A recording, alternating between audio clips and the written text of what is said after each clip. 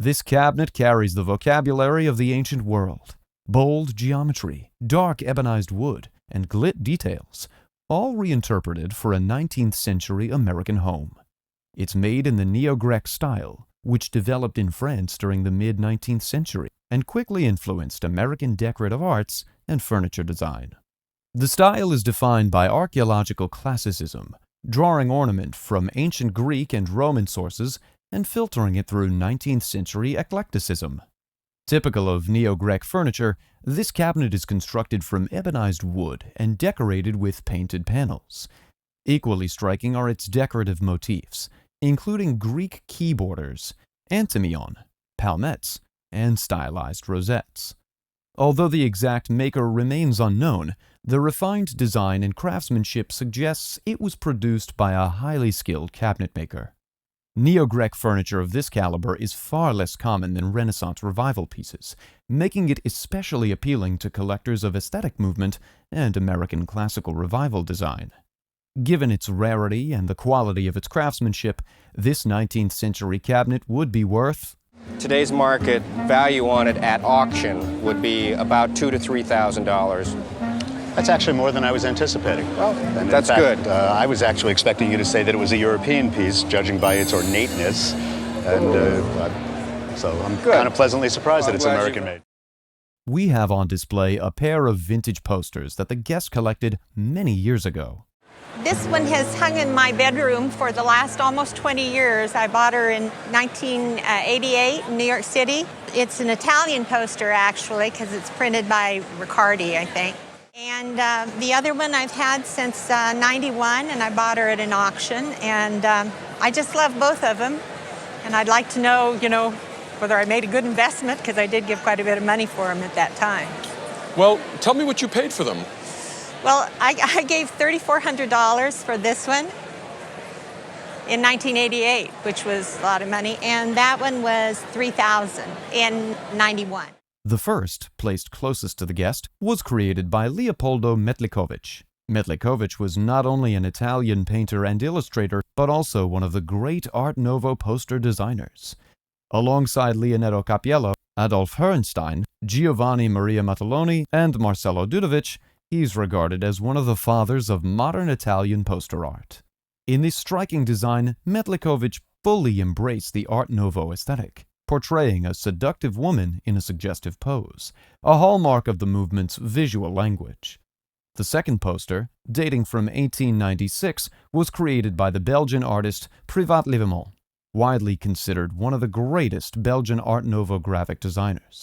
This piece epitomizes Belgian Art Nouveau, advertising absinthe, the legendary mysterious drink, with an elegant image of a woman gracefully raising a glass. And the fantastic details in the back, the floating smoke, the absinthe swirling in the glass, the woman's very stylized Art Nouveau hair, these are all classic elements of a great poster. What makes these posters especially desirable is their exceptional condition, which is rare for works of this age. Given the prominence of their creators and their superb state of preservation, these posters would carry an insurance value of...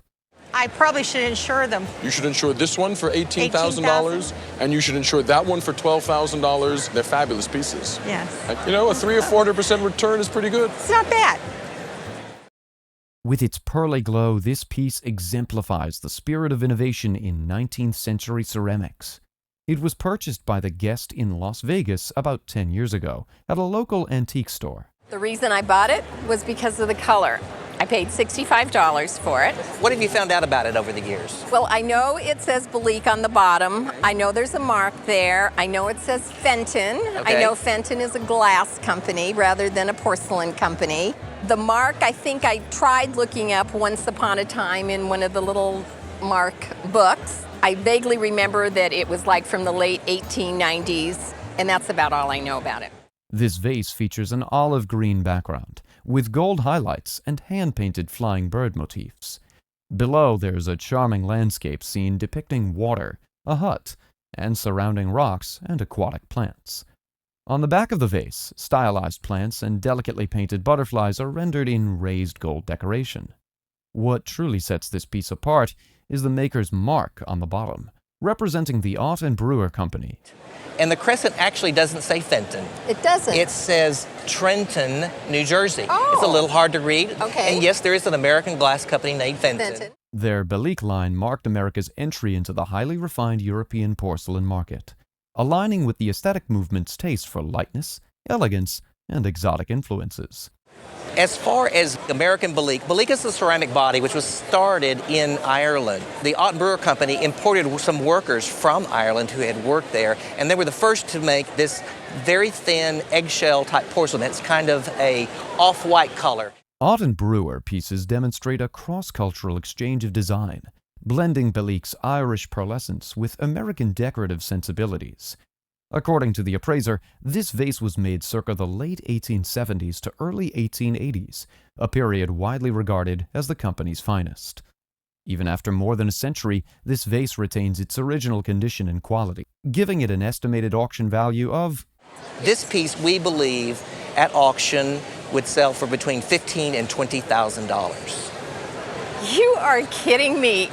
Well, thank you so much. I really appreciate it. A felt character doll purchased around 1918 to 1920 is brought in for appraisal. He has shoe button eyes, original felt clothing and leather shoes, and a great little felt hat. My mother passed away 5 years ago, and I got the trunk. He's a felt character doll. What's interesting about dolls at that time is that most dolls that came out of Germany were bisque dolls or breakable dolls, but in the early part of the 20th century, more indestructible dolls were made like the teddy bear. This doll is similar to a teddy bear because it's stuffed with excelsior, joined with discs at the arms, has shoe button eyes, and the button would have been in the tiny little holes in the ear. Like a teddy bear. Right. And I want you to notice in the ear next to you, see that tiny little hole? Yes. This doll was made by Steiff, a German-based plush toy company, founded in 1880. So this is a Steiff character doll from a series made from about 1910 to 1920. Steiff also made many types of figures, like comic character figures and soldiers, golfers, and skiers. In fact, Steiff dolls are not as common as Steiff bears, but they are highly sought after, and a retail for this doll would be around. They're undervalued. In today's market, retail, he would be $1,500 to $2,000. Amazing.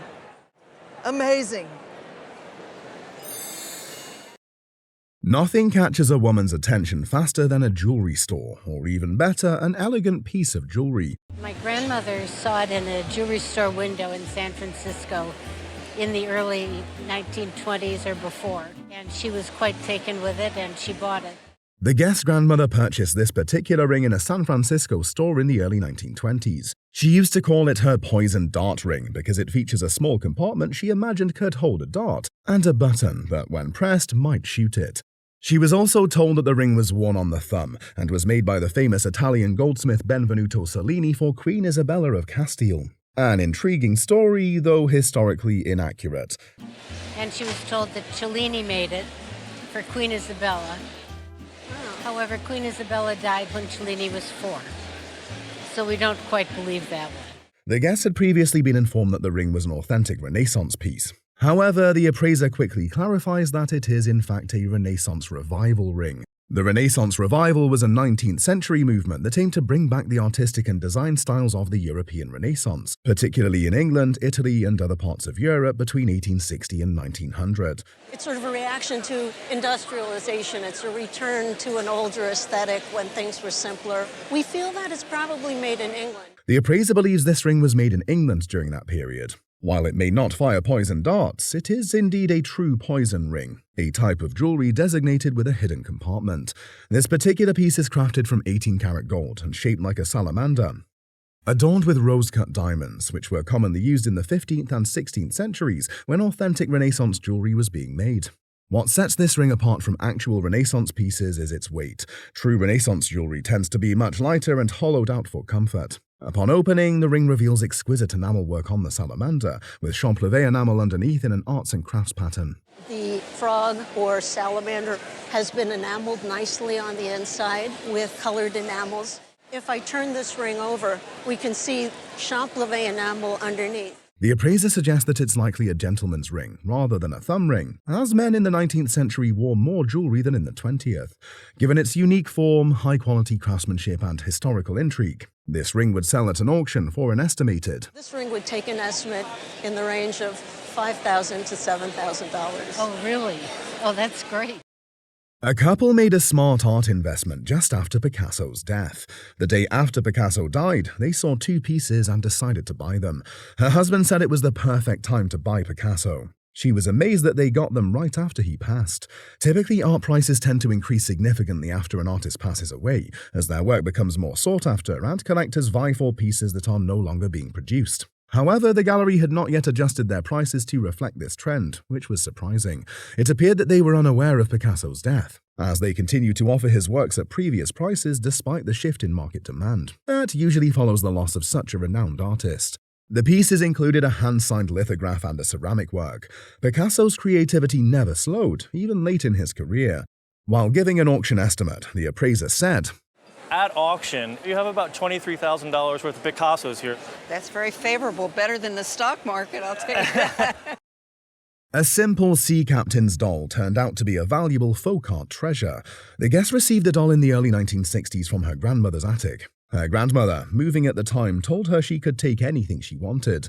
The doll is said to be about 160 years old and has an interesting history. A sailor made it from Cape Cod, who likely put a lot of care and skill into creating it during a time when handmade toys were special. This background not only shows the craftsmanship involved, but also connects the doll to the rich culture of Cape Cod, making it a valuable piece of history. The appraiser also admires its original condition, dry paint, and hair, calling it exceptional folk art. As a sea captain's doll, its value would be $2,000 to $3,000. However, as a piece of folk art, its value rises. We think of it as sculpture, as something you look at, not something you would dress up. And it would be worth probably $8,000 to $12,000. Oh my God. It's a great piece. A set of Robert Frost bucks, signed and inscribed, were appraised for their historical value. The owner's parents, students at Wellison and Mount Holyoke, attended a reading in 1930 where Robert Frost signed two first editions. One of the standout items is the father's copy, featuring the iconic first line of Mending Wall, one of Frost's most famous poems. In contrast, the mother's buck includes only Frost's signature and date, though it lacks the dust jacket. Another valuable piece in the collection is In the Clearing, 1962, signed by Frost and part of a limited edition of 1,500 numbered copies. The father's buck, with the Mending Wall inscription, is valued. This one with the line, I would put an estimate of $2,000 to $3,000 on it. The mother's copy, missing its jacket, is worth $800 to $1,200. The collection's total value is estimated. So altogether, I mean, you're looking at about $3,000 to $4,000 for the group. If everything else was equal, the dust jacket would add. Not just an heirloom, the ring dazzles with a rare baguette-cut diamond. A guest shared that a cherished ring has been in the family for 3 generations. It's been in my family. I'm the 3rd generation to have it. And my grandfather gave it to my grandmother on her becoming a grandmother when I was born. It was a gift from her grandfather to her grandmother when she became a grandmother. Although she doesn't wear it often, its beauty is undeniable. At the center of the piece is a large baguette-cut diamond, a beautiful and rare find that catches everyone's attention. This diamond is special not just because of its size, but also because of its unique shape, which adds elegance and style. Its sparkling facets reflect the light wonderfully, making it a standout feature in any collection. The appraiser estimates the diamond weighs at least 3 carats. Each sidestone likely weighs about a carat, bringing the total weight to around 5 carats. The guest was unaware of its value until the appraiser provided an auction estimate. A quick auction estimate is right around $15,000 to $20,000. Oh, thank you so much. Wear it in good health. I will, thank you. You're welcome.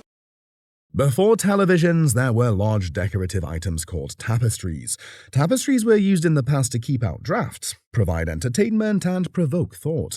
This particular tapestry was woven between 1600 and 1650 in Brussels, Belgium. This tapestry is a prime example of Renaissance tapestry. Research shows that tapestries often depicted mythology and biblical figures. We can confirm that this tapestry fulfills its purpose, as it appears to depict a Roman ruler.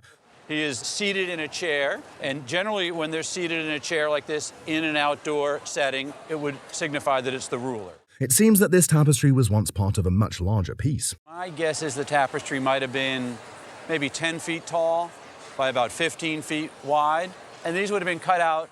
When we look closely, we see that the walnut frame adds an alluring and elegant touch to the item. For a tapestry crafted in the 17th century, this one is still in fine, crisp condition. Thus, at a suitable auction, this beautiful Belgian tapestry would attract a price of Would probably bring somewhere between $12,000 and $15,000. Okay, good. Here we have a photo, a 1962 flight ticket, and a piece of cloth signed by a very young Muhammad Ali, known then as Cassius Clay. The guest, who also appears in the photo, met him during a dinner. A photographer from the local black newspaper was always taking us places. You want to go see this, want to see that. And so Cassius. Also, the cloth features Cassius Clay's signature, Billy Stevens' signature, and on the other side, a long inscription written by Clay's brother. Additionally, the cloth is signed by heavyweight champion Archie Moore, who fought Clay early in his career. From 1960 to 1964, Ali fought under his birth name, Cassius Clay, and he won a gold medal at the 1960 Rome Olympics in the light heavyweight division, marking the start of his rise to fame. After turning professional, he quickly gained attention for his flashy style, fast footwork, and confident personality, building a perfect record of 19-0 by the end of 1963. In 1964, he earned a shot at the heavyweight title against Sonny Liston, who was considered an unbeatable champion at the time. Defying the odds, Clay won the fight in a stunning upset, becoming the heavyweight champion of the world at just 22 years old. Shortly after the victory, he announced his conversion to Islam and changed his name to Muhammad Ali, marking a significant transformation in both his personal and professional life. Ali's decision to embrace Islam and refuse his slave name made him a polarizing figure, but it also cemented his reputation as a fighter not only in the ring, but also for civil rights and social justice. Throughout his career, Ali became known for his sharp wit, delivering iconic phrases like, "Float like a butterfly, sting like a bee." His refusal to be drafted into the Vietnam War in 1967, citing religious and moral reasons, led to his boxing license being revoked and his title stripped, though he later became a global symbol of resistance and integrity. Ali returned to boxing in the 1970s, reclaiming his title in legendary bouts like the Rumble in the Jungle and the Thriller in Manila. Given the historical significance, rarity, and personal connections reflected in this autograph napkin, if it were to appear at auction, it would likely command an impressive price of. I would put an auction estimate for $3,000 to $5,000. You know, that's amazing. I never thought of a value. I just wanted people to know that I'm kind of a devotee. I watch you every week on the Antiques Roadshow, so thank you. Two remarkable albums containing Disney animation work from the 1939 era were presented for appraisal. Within their pages, a treasure trove of Disney history unfolded, showcasing the guest's work as an inker. How long did you work at the Disney Studios? Several years. I worked on Pinocchio and Fantasia and Bambi, and later on I worked in Sleeping Beauty. The first album boasted an impressive collection of actual animation cells from the beloved films, like Pinocchio and Fantasia. Meticulously crafted, each cell revealed the intricate process of hand-drawn animation. Disney now uses computers, so they no longer have people to hand ink and paint them. So that makes them and yourself and your career that much more special. Practice tests and experimental sketches were also included, offering a glimpse into the guest's creative process. A stunning animation drawing from Snow White took center stage in the second album, which beautifully exemplified the guest's skill and attention to detail. Trimming had affected the value of some cells and drawings, but the album's overall significance remained intact. As a window into Disney's golden era, these albums are an invaluable resource for animation enthusiasts, and both the albums got appraised at. But if you go through the entire book and you add up the whole collection of animation cells and the drawings, the whole collection itself is worth about $15,000 to $20,000. Oh, that sounds good. This piece originally belonged to the guest's mother, but was later inherited by her. The element at the front of this table is called a till, a feature typically found in blanket chests. I'm going to do that by pushing on a little button that's hidden in a tree and pop the drawer out. These blanket chests follow the Germanic tradition, commonly associated with the Pennsylvania Dutch.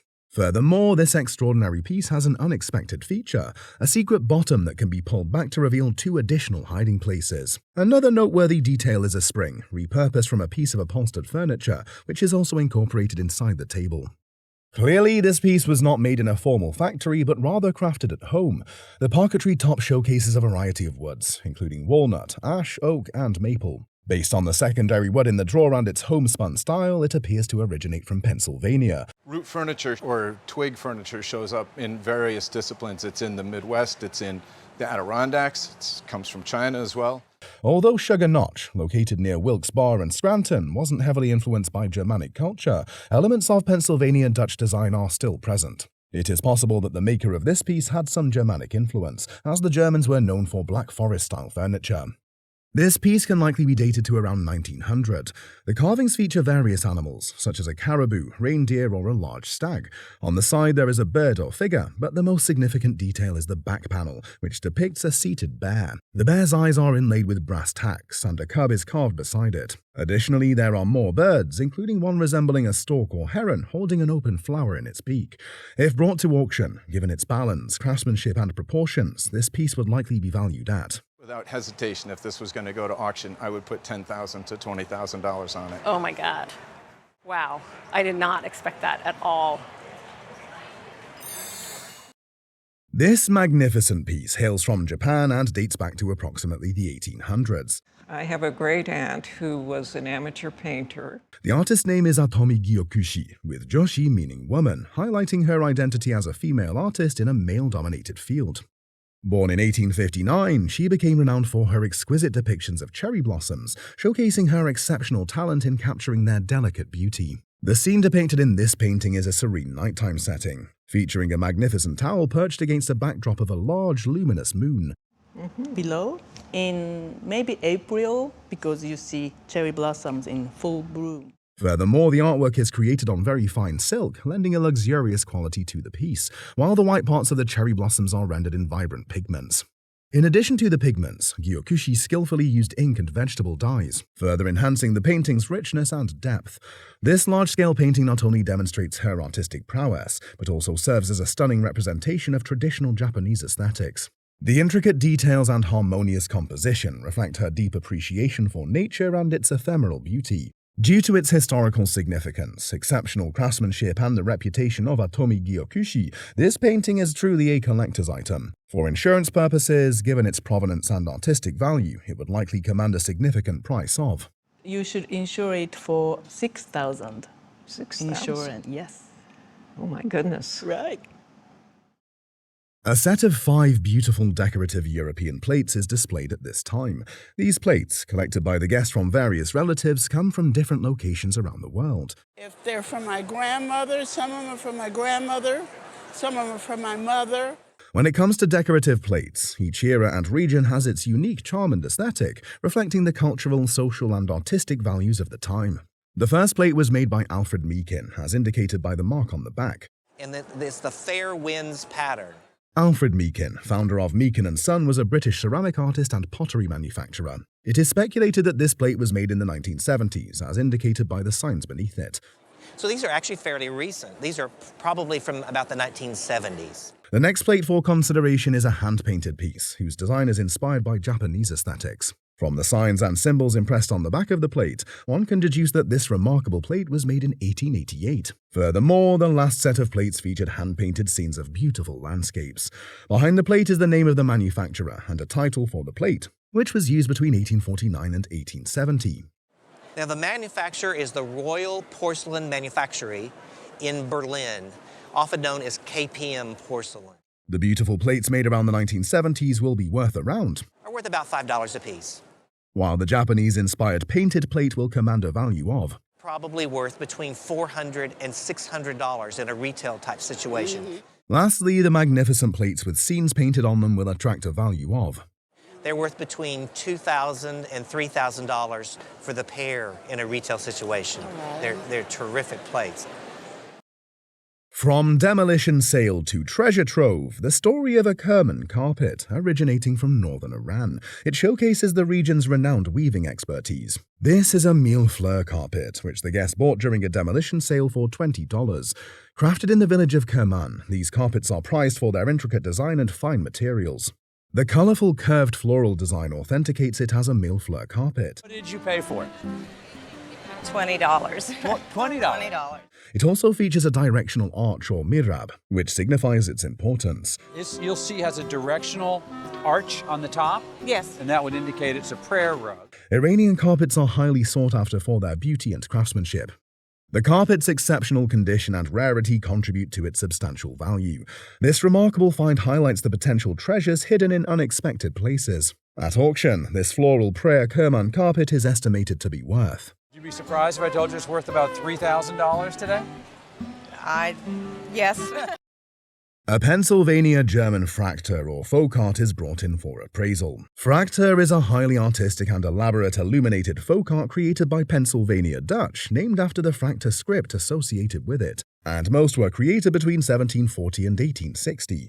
Printed fractures are common, but this one is rare because it is handmade. It is executed with ink and watercolors and is from an early age, especially because of the birds. Now, whoever conserved this did a wonderful job because part of our job is to preserve it for the next 100 years. Although this fracture looks good, there is some damage that can be seen under light. Fracture drawings were done to preserve a memory for about 100 years. A conservative price at auction for this fracture would be If this damage wasn't here, and you might be able to get some of this taken care of, it would probably be in the $10,000 range. Are you surprised? Oh, thank you, of course. Thank you loads. At first glance, this painting doesn't seem particularly special. However, upon closer inspection, we can see that it's the work of American painter Samuel Halpert. He died fairly young in 1930, and his wife Edith became a major figure on the New York art scene. He was less known for quite a while, not a major figure. Halpert was known for being a pioneer in American modern art. He was recognized for his unique ability to create paintings where elements related to one another.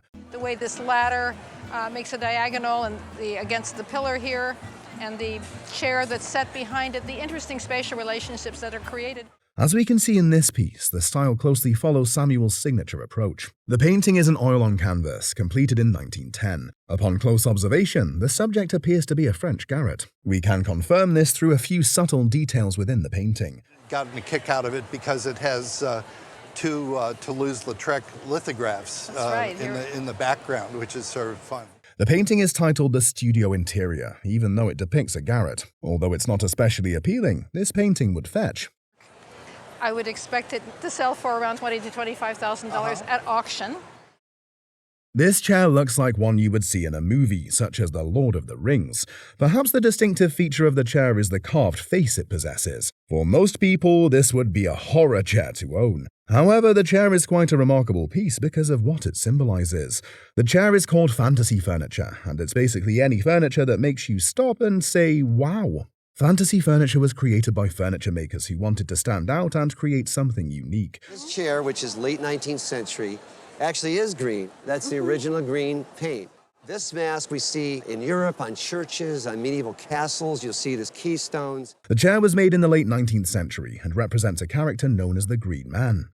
The Green Man is essentially a symbol of fertility and rebirth in his native England. Despite this fact, however, this particular chair was made in 1890 in Detroit, America. It's also made from strong mahogany wood. This has the knuckles. Look at these little cuffs. Incredible. Look at these hands. Feel that when you hold it. Gives you the chills a little bit. Yes. It's actually very nice, but you can actually feel the fingernails. As a remarkable symbol of fertility, if this piece of furniture were to be auctioned, it would sell for Fair market value purposes, right in the range of $3,000. Okay.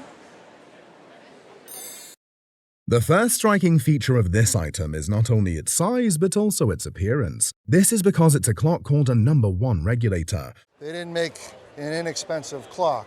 Everything they made was very, very good quality. You'll notice it does say Philadelphia on the dial. Regulator clocks served as a standard for accurate timekeeping for companies. At their peak, they were used by railroad stations, banks, and offices. This #1 regulator is particularly interesting because it was made by E. Howard & Company. E. Howard clocks were known for their size, quality, and price. This regulator comes in 5 other sizes, with this being the largest. It was also one of the most expensive clocks at the time of its manufacture. The clock is made from a combination of cherry wood and rosewood grain. As one of the original railroad clocks, a suitable auction estimate would be Conservatively, a clock like this would probably bring anywhere from $13,000 to $15,000. Wow, that's great. The first distinctive feature you would notice after glancing at this table is the pyramid support. Interestingly, even though it looks like a dining table, it is more of a gaming table. However, it was originally crafted to be a library reading table. The table is called an Egyptian revival table, and we can confirm this due to the pyramid support. And the reason being is that it has these wonderful pyramid bases. From the looks of it, the table is inspired by Egyptian furniture, which uses elements of ancient Egyptian culture. Many pieces of Egyptian furniture were crafted in the 19th century. However, this one was crafted during the 1920s, owing to the king it represents in its inlay.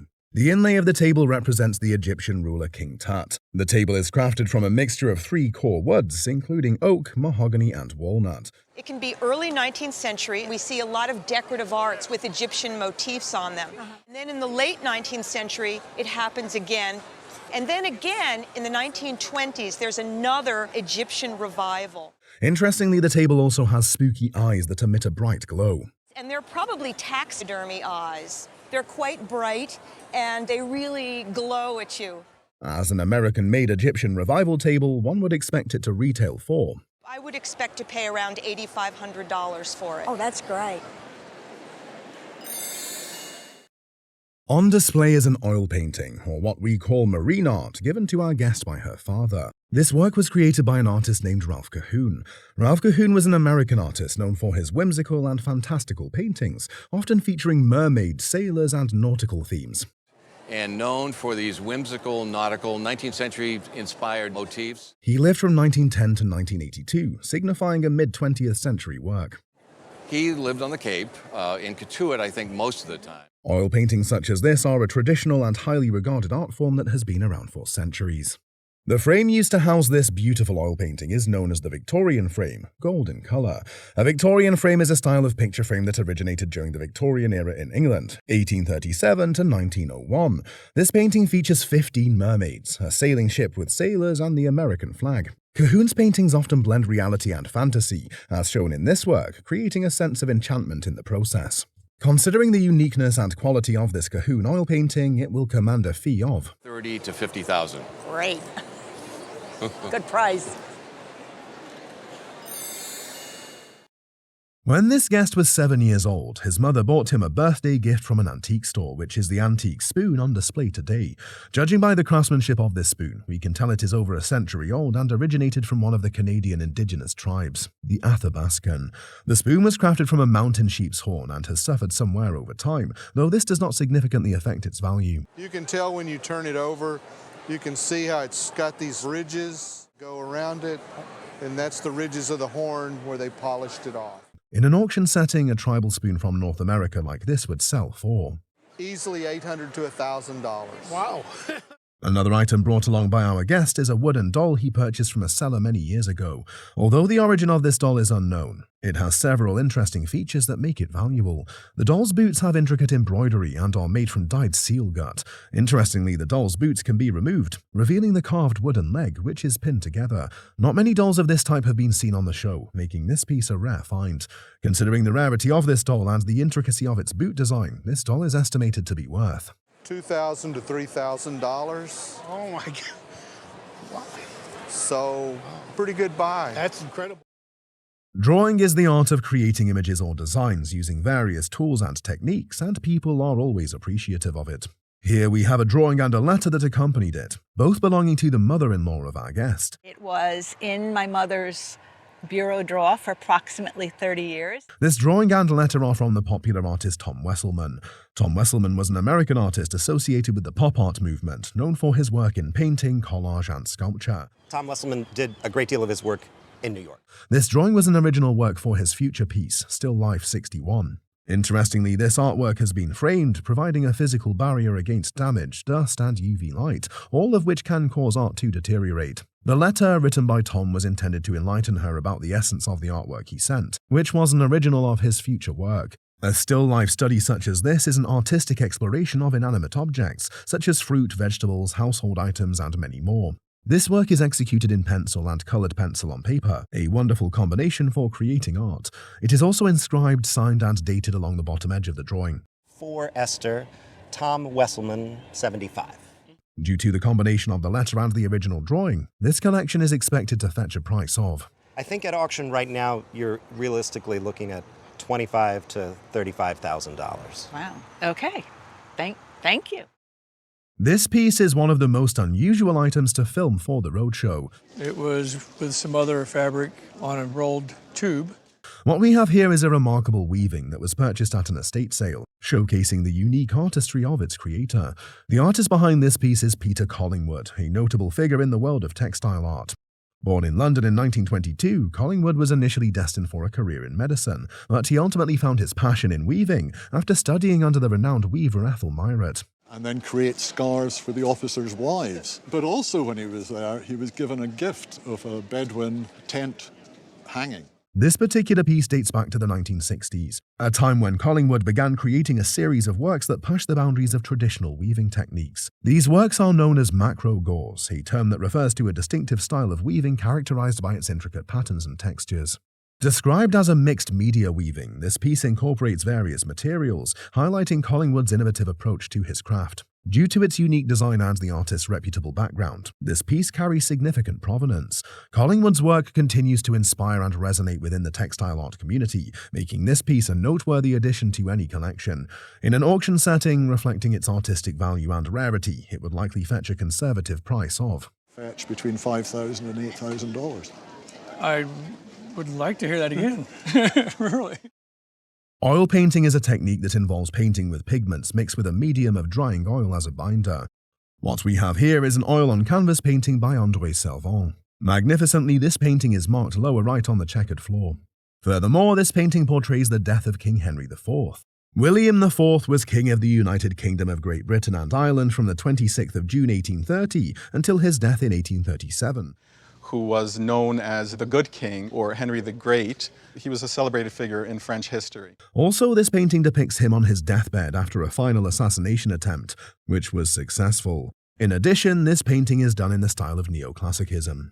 Commonly, neoclassicism began in the late 18th century and lasted until about 1830. Furthermore, neoclassicism was supplanted by romanticism. Also, there are a lot of emotions being depicted in this painting. Typically, what subjects this painting to neoclassicism is its limited palette. Additionally, there are also strong horizontals and verticals, and the subject matter is historical. Artist lived from 1842 to 1883. We don't know exactly when it was painted, but sometime during that period, probably after 1850. Given the size of this painting and its provenance in an auction, it would be valued at a substantial price of $40,000.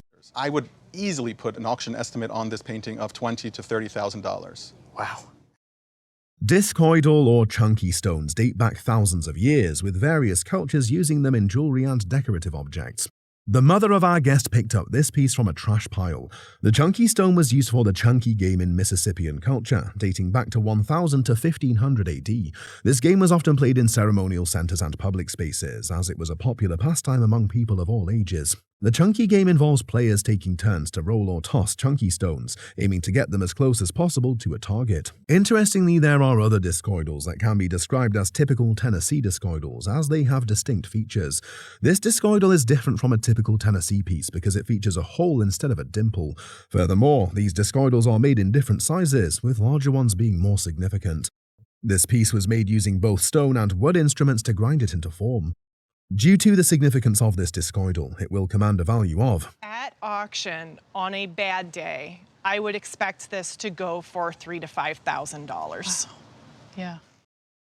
On June 12, 1939, at the Hall of Fame opening in Cooperstown, his grandfather hid in the bathroom and later emerged to collect autographs from baseball legends. In 1939, baseball's centennial celebration marked 100 years since the mythic founding by Abner Doubleday. The portrait showcased legends like Cy Young, Christy Mathewson, Babe Ruth, and Lou Gehrig. The autographs included Babe Ruth, Walter Johnson, Honus Wagner, Cy Young, Connie Mack, Larry LeJoie, and Tris Speaker. The left side of the program features Hall of Fame immortals before 1900 and Hall of Fame immortals of modern baseball, highlighting legends from both eras. It's a large program, and you had some other signers. Really strong autographs. It's a delicate piece.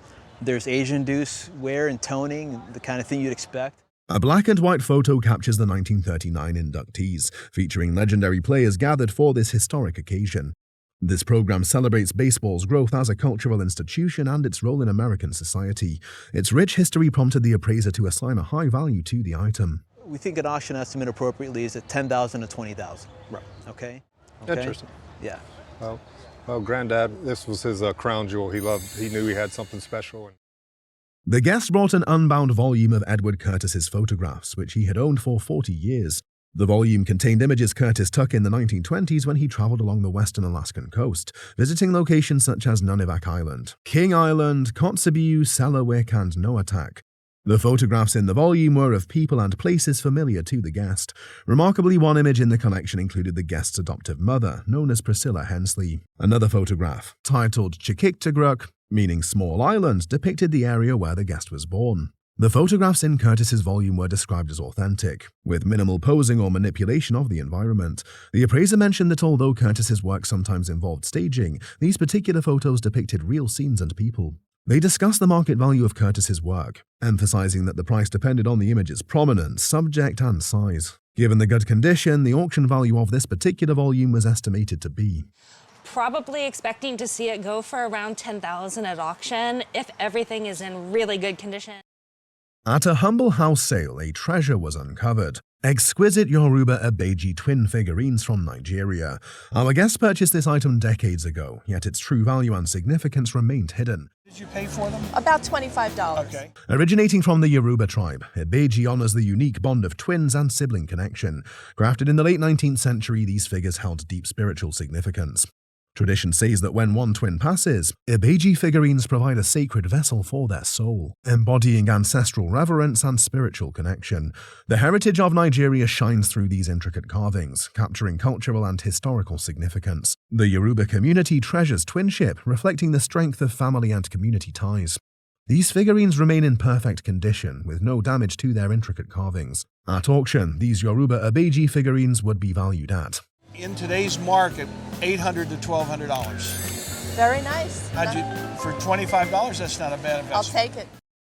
Surviving the turbulence of World War II, this incredible watch now graces us with its presence. According to the guest, her grandfather came into possession of this remarkable watch likely around 1944 or 1945. He was stationed in some of the islands in outer Japan, and he somehow acquired this and mailed it back to his wife, my grandma Janet, in Chicago. The watch is of Japanese origin, with striking Japanese characters engraved on the back as a testament to its heritage. The maker of this is Seiko Shop. This was a very well-made timepiece. Designed as a World War II Japanese pilot's watch, the symbols on the back confirm its Navy affiliation. Japanese Navy pilots were revered as the elite of the military, known for their exceptional skill and unwavering discipline. They were extensively trained in the art of aerial combat, with many becoming household names for their daring missions and bravery. Highly respected within Japan, they were considered superior to their army counterparts, with their status cemented by the crucial roles they played in naval warfare during World War II. While pilot watches are being recreated, the current trend is leaning toward larger models, adding a fashionable element to their appeal. This piece is exceptionally rare, standing amongst the rarest of World War II pilot watches. Because Japanese naval aviators, their standards of training were very, very strict coming into World War II, so there weren't as many of them at the start of the war. With its current condition, this watch would have an estimated retail value of between $8,000 and $10,000.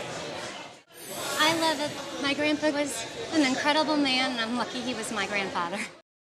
If you're wondering what to give your daughter for her wedding, this rug could make all the difference. This is because it's an oriental rug crafted by the Central Asian Turkmen. More specifically, a subgroup of Turkmen called the Sarik were responsible for creating these pieces. They were nomadic people. Their primary occupation was raising sheep, and they would chase pasture land across Central Asia. The first distinct feature of the rug is its unique patterns, which show that it's foreign. What's more interesting is that for centuries, their weavings have remained unchanged. Despite changes over time, these pieces serve as great examples of longevity. This particular rug dates back to between 1860 and 1880 based on its appearance. The Sarik used this is called a gul, which is really just Turkic for flower. So it's a stylized flower motif. Its authenticity is further confirmed by the silk from which it was woven. One of the other really interesting things about this piece in particular is all of the magenta color is all woven in silk. As mentioned earlier, the piece was made to be used during marriages as a dowry. These rugs, or chuvals, are also special because they showcase a rich cultural heritage. Thus, if this Turkmen chuval rug were to be auctioned, one could expect a value of In the $5,000 to $7,000 range retail. Oh, wow. One unique aspect of chefs is their love for culinary collectibles, which brings them great joy. This is exemplified by these seltzer bottles, purchased by the popular chef Carla Hall. So these seltzer bottles were bought at a flea market. Carla Hall is a beloved figure in the culinary and television world, celebrated for her expertise and infectious enthusiasm. The collectibles also include an ice cream scoop that belonged to her grandmother. When I looked at it, I was thinking, oh my gosh, look at the hardware on this thing. It's nothing like the ice cream scoop. These seltzers, known as soda siphons or carbonators, are devices that dispense carbonated water, typically used for making seltzer water or soda. They evoke memories of soda fountains, often a counter inside another store. That you would go to get a fresh, fizzy drink. This trend is first believed to have emerged between the 1850s and the 1950s. The bottle in the middle features a label with a Star of David, signifying Jewish heritage. Meanwhile, the ice cream scoop was invented in 1897 by Alfred Crail. Alfred L. Crail was an American businessman and inventor who patented ice cream mold and disher, which was an ice cream scoop with a built-in scraper to allow for one-handed operation. He developed this invention after noticing that soda jerks had trouble separating ice cream from the spoons they were using. This particular ice cream scoop was manufactured by the Benedict Manufacturing Group. This amazing ice cream scoop is expected to command a value of Anywhere from $15 to $25 or $30. They don't bring a lot of money. Meanwhile, the high-quality seltzer bottles are projected to attract a price of Anywhere from $40 up to $120 or so per bottle. a haunting figure with a storied past. This fisherman trade sign reveals the artistry and history of late 19th century commerce. The guest shared the story of a captivating fisherman figure discovered in a home once owned by his great-grandfather. This late 19th century trade sign originated from Alpena, Michigan. What we have here is a late 19th century trade sign. It is a sign that is beckoning a profession where one would go in and buy fishing supplies for the profession. As a child, the guest found the figure unnerving, with its piercing red eyes lurking in the dark corner of the basement. The piece, carved from white pine, was favored for its softness and paint-holding qualities. Crafted from a 2-foot log, it features a historic nameplate inscribed with T for Theodore Krongeyer, a known figure who created various trade signs in Detroit. This fisherman figure would have hung outside a shop, serving as a visual cue for illiterate immigrants in the late 1800s. An etched inscription on the side reads "Fisherman," added later, while the back displays a fascinating, weathered surface, likely affected by heat from the nearby coal bin. While estimating the item's worth, the appraiser said, So we're going to put a retail valuation today of $3,000 to $5,000. I'm amazed. The appraiser emphasized its uniqueness and desirability, surprising the guest with its significant worth. Take a look at this incredible piece of history, a signed letter to Abraham Lincoln and a response from Lincoln himself. These letters, dating back to 1864, have been in the family since the guest's parents bought them in the early 1970s. Originally, the letter was written to Lincoln by William C. Thomas, a customs agent from Philadelphia, seeking a recommendation to help someone secure a job. Thomas had a direct connection to Lincoln, as he was appointed by the president himself to be the first Republican customs agent in Philadelphia, a prestigious post at the time. The guest remembers these letters well, recalling that they were an item of contention when her parents divorced, with her father ultimately taking ownership. After both parents passed away, this was the first item she wanted to reclaim. The letter contains many fascinating details. It's addressed to Salmon Chase, then Secretary of the Treasury, yet somehow reached Lincoln's desk. Lincoln's response was handwritten directly on Thomas's letterhead, showcasing his characteristic erratic handwriting. The authenticity is confirmed by both the ink scratches from the nib pen and a historical reference known as the Lincoln Log, which details Lincoln's whereabouts throughout his life. Records confirm that Lincoln was indeed in Washington, D.C. on the date of the letter, July 29, 1864, where he penned only 2 other letters that day. Having been professionally examined, it's suggested that the guest reframed the letters using archival methods to preserve them further. It's even possible to frame them with glass on both sides to view any additional details or notes on the reverse side. With such historical significance, this rare set is estimated to fetch. At auction, I would say that your letter, I would estimate it at $8,000 to $10,000.